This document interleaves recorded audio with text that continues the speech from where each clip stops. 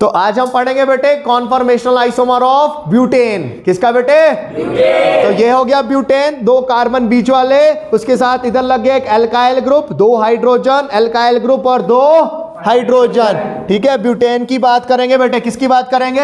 Butane. कुछ इस तरह का होता है ना बेटे ब्यूटेन। हाँ, तो इस ब्यूटेन की ही यहाँ पे क्या की जाएगी बेटे? बात की जाएगी। तो इसको आप समझ सकते हैं, जो एल्काइल ग्रुप है इनको कौन रिप्रेजेंट कर रहा है बेटे? ये रेड बॉल रिप्रेजेंट कर रहा है। ओके, तो शुरू करते हैं। तो सबसे पहले आप देख सकते हैं बेटे, जो कॉन्फ़िगरेशन है हमारी, इसको बोला जाता है एंटी। क्या बोला जाता है? एंटी। ठीक है बेटे, ओके। तो इसमें देखो ये कैसी है? स्टैगर्ड। कैसी है? क्योंकि बेटे जो आपका ये एल्काइल ग्रुप है, ये क्या आ रहा है? 2 हाइड्रोजन के बीच में, और दोनों एल्काइल ग्रुप क्या एक दूसरे से मैक्सिमम डिस्टेंस पे, बल्कि ग्रुप दूर दूर है, तो रिपल्शन क्या होगी? मिनिमम। रिपल्शन क्या होगी? तो स्टेबिलिटी क्या होगी बेटे? मैक्सिमम। तो जो पहली कॉन्फ़िगरेशन है वो कौन सी होती है बेटे? एंटी। है ना, हमेशा एंटी गलत, कभी कभी वो सही भी। अब मैंने क्या दे दी बेटे? 60 डिग्री की रोटेशन। कितने डिग्री की रोटेशन? 60। तो ये हो गई बेटे 60 डिग्री की रोटेशन। अच्छा, अब एल्काइल ग्रुप और हाइड्रोजन क्या आगे? सामने सामने आगे। तो जब बेटे दोनों एटम सामने आते हैं तो उसको बोला जाता है इक्लिप्स्ड। क्या बोला जाता है? इक्लिप्स्ड। तो एक आ रहा है बल्कि ग्रुप, एक आ रहा है हाइड्रोजन, तो रिपल्शन बढ़।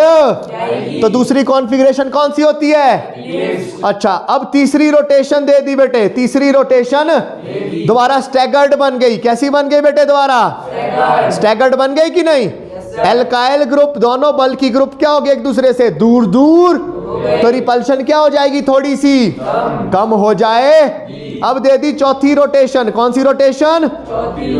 चौथी रोटेशन में क्या आगे? दोनों एल्काइल ग्रुप एक दूसरे के नजदीक नजदीक, हाइड्रोजन भी नजदीक नजदीक, तो रिपल्शन क्या हो जाएगी? रिपल्शन बढ़ने की वजह से अनस्टेबिलिटी। मतलब सबसे अनस्टेबल कॉन्फ़िगरेशन हमारे पास कौन सी होगी बेटे? फुली एक्लिप्स्ड। ये क्या होगी बेटे? सबसे अनस्टेबल। क्लियर? अब दोबारा से कार्बन कार्बन बॉन्ड को क्या करेंगे हम? रोटेट करेंगे। एक और रोटेशन दे दी बेटे, एक और रोटेशन। अब दोबारा देखो स्टैगर्ड बन गई। कैसी बन गई?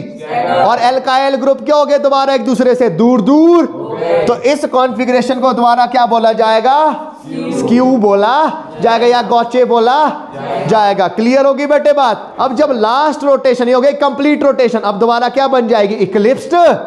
एल्काइल ग्रुप और हाइड्रोजन क्या आ जाएंगे? सामने। अब देखो जो सबसे पहली कॉन्फ़िगरेशन थी बेटे हमारी, सबसे पहली कॉन्फ़िगरेशन, उसमें ये सारे ग्रुप क्या थे? एक दूसरे से दूर दूर।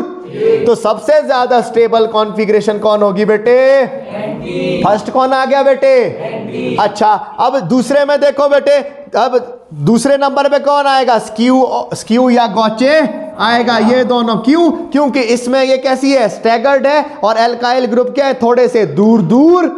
और थर्ड में कौन आ जाएगा बेटे हमारे पास? इक्लिप्स। क्योंकि इसमें क्या आ रहे हैं? सामने सामने ही दोनों ग्रुप। ठीक है बेटे, तो ये इक्लिप्स्ड और ये वाली एक्लिप्स्ड कहाँ गई? ये क्या आ जाएगी बेटे? थर्ड। ये क्या आ जाएगी? और ये जब बेटे सारे सामने आ गए, एल्काइल एल्काइल के सामने, हाइड्रोजन हाइड्रोजन के, तो बॉन्ड पेयर में क्या होगी? बहुत ज्यादा रिपल्शन। तो बहुत ज्यादा रिपल्शन होने की वजह से ये कौन सी पोजीशन में आएगी बेटे? और ये कॉन्फ़िगरेशन क्या होगी? सबसे ज्यादा अनस्टेबल। तो जब हम कार्बन कार्बन ब्यूटेन में कार्बन कार्बन बॉन्ड की कंप्लीट रोटेशन करेंगे तो हमारे पास 6 तरह की क्या बनेगी? कॉन्फ़िगरेशंस। तो इनको हम बोलते हैं कॉन्फॉर्मेशनल आइसोमर्स, जिसमें सबसे स्टेबल होगी एंटी, सेकंड पे होगी स्क्यू या गॉचे, थर्ड में होगी इक्लिप्स्ड, और फोर्थ आएगी fully eclipsed. Clear? Yes sir.